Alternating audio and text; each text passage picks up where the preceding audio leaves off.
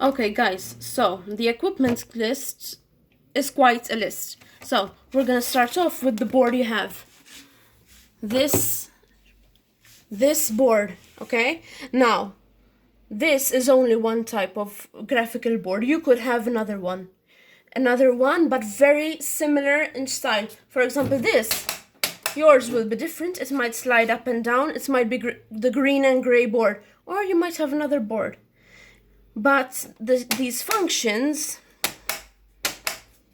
will differ. If you have a different board, you'll probably have one sliding up and down. It could be green and gray, blue and gray. There are a lot of different types of boards. So listen, just because you don't have something that's exactly like mine doesn't mean it's wrong. There are different boards to work with and all work the same way. Okay? It's just the functions that's different. For example, here, mine. I press here, it goes up and down. Yours could be sliding. It's fine, no big deal. Now you have what we call the T-square, right? The T-square. You set it up. Look, this one in this particular case, I press this down when I'm pressing it into this part. Not pressing it. Look, like this, and it's in, and then I can press it, and it goes up and down. Okay, now, as I said before, you might have a different board, so you'll have a different T-square. Some, you might have a little rectangular block here. You put your fingers on it, and you slide it left to right to open and close. It's fine. As long as they both do this, it's fine. Now this, what's great with these boards is this, the T-square, you can fix it like this. You can fix it like this. You can fix it like this. And you can fix it like this. Okay? So it will allow you to take it out. You press it again and pull it out. Those who have the sliding, be careful that when you pull your T-square out, you don't pull it out. You press it, you slide it back on open, and you gently take it off. Alright? Now, the reason this can go all the way around is so that it will help you perfect your drawings. So you can use it in any way. Now, you might be asking yourselves, why is this called a T-square? Why? Because before, this used to look like that. And you can see it's in a T form. That's what used to be used before. That with a wooden board. That's why it's called a T-square. Now, back here. So, with these, obviously, graphical has been made much, much easier and, most importantly, accurate. These have made things so accurate for the graphical subject. Now, this is called the set square. As I said again, yours might be a bit different, but the basic shape is the same, right? Now, this one, you might have bought two little equipments that are in triangular forms. One's in an equilateral form, and the other in an isosceles form. Those are set squares as well. But like I said, those are the older version. Those were used with the T-square, the older T-square. This is used with the newer T-square. Why? Because you plug this in like this, and you play. Can you see this bump? I have a bump here, right? That bump will go in here. And you just place it here, look. See? It can't come off. Well, unless you pull it off, obviously. And you can move it left and right. Okay? Now, you can also lock it in place. This one locks like this. I get this and I move it to the right. And look, it's not moving. See? Test it out yourselves. It's not moving. Like I said, if you have a different one, you might have one that clicks down for the lock. It's fine. They all serve the same purpose. Now I unlocked it. Now I have a button here. This green part is a button that goes inwards. See? Why does it go inwards?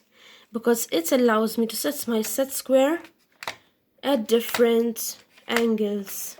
Look here. Look here. These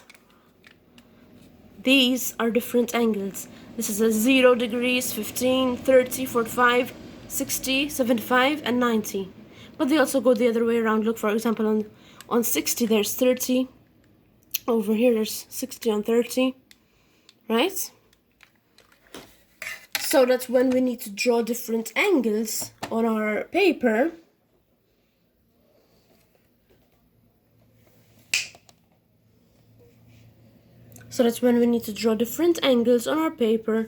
we can just switch them up like this. Now, if you want to lock it on a certain degree, in my case, I have this here. I move it to the left. And see, it won't budge. Okay, now, same thing, this one, instead of down here, let's say you have to draw something down here, right? So you move this down, you can't function, right? Or you need to draw something up here. You can't function if it's like this, so you can just take it off, place it on the other side. Okay, that's easy. And this one, to take it off, you don't need to press anything, you just grab it and take it off. Next we have our compasses. Our compasses.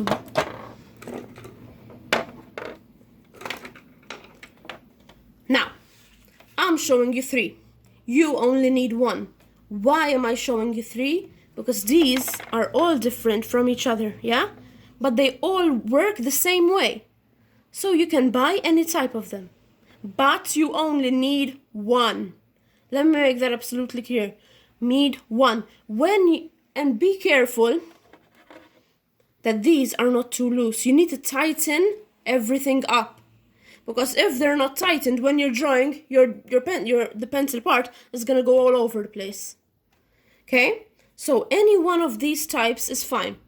Now, you might find a compass like this, and it comes with this. Why does it come with it? Because this is an extension for the compass. It allows you to draw bigger circles. We don't need this. These are enough. We, in these years together, are not going to use this, ever. This is only used for advanced level and intermediate level. Okay? So, any of these 3 are fine. Now, when you use your compass, I'll show you on this one is better, because lighter color. I have a wheel over here, right? Now, one thing you should never do with a compass is do this. And I'm gonna do it, but you don't do it. Open it like this. Open it like you would with the compasses you had before. You don't do that in graphical. Why? Because if you do that, you see we have a spring here. If you open it like this all the time, you're gonna make that spring loose. It's gonna lose its sharpness, and then when you're drawing circles, your compass will be opening and closing all over the place. So you don't do that. You open your compass by, look, you take it like this, or take it anyway, you can take it like this as well. And you open your compass and close your compass by turning this wheel. Look. See? And you go the other way around. Okay? Now, if you have this particular compass, If you have this particular compass, you have these 2 buttons. Buttons because they go up and down, but yeah, the same function as a button. So, with this compass, you can either use the wheel, sure, But with this one, instead of using the wheel, you can put your fingers, your thumbs, here on these two grids here, press them down, and you can open and close as you please. Okay, important, if you're gonna do it without the wheel, if you're gonna open or close your compass without the wheel, you have to press these down. If you don't, you're doing damage to the spring, to the coil. Okay, so if you're gonna open and close without the wheel, you need to press these two. Okay,